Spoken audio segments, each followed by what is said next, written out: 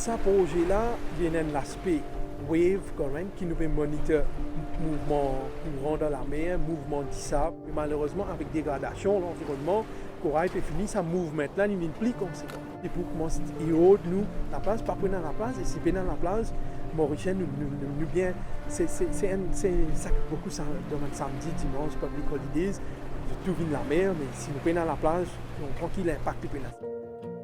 Et on peut voir l'érosion sur la plage publique. On a perdu beaucoup à cause de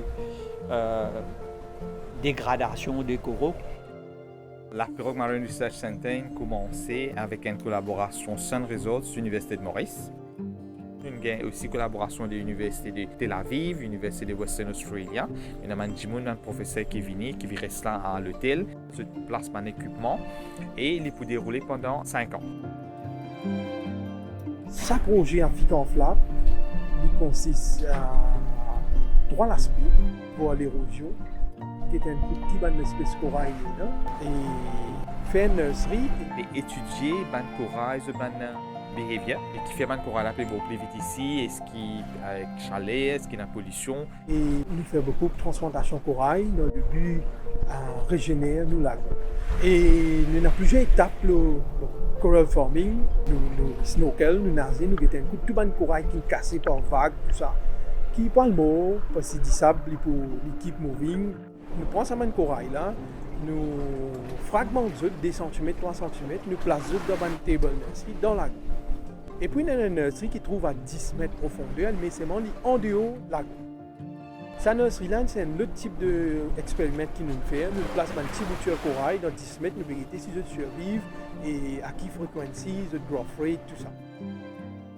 À partir de là, ils m'ont contacté pour pouvoir sensibiliser tous les gens, alors les plaisanciers, les pêcheurs, etc., expliquer aux villageois le problème.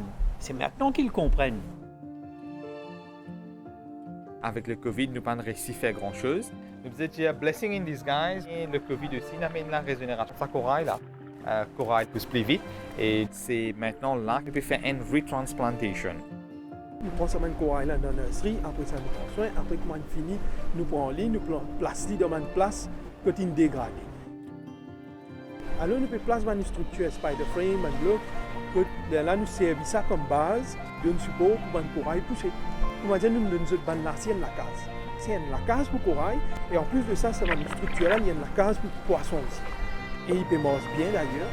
Ici à Afrique en flamme, nous pouvons mettre un peu partout maintenant parce qu'il y a une masse, nous sommes capables de dire que les gens ont envie de nous et ça qui nous utilise. C'est une point d'envergure assez grand.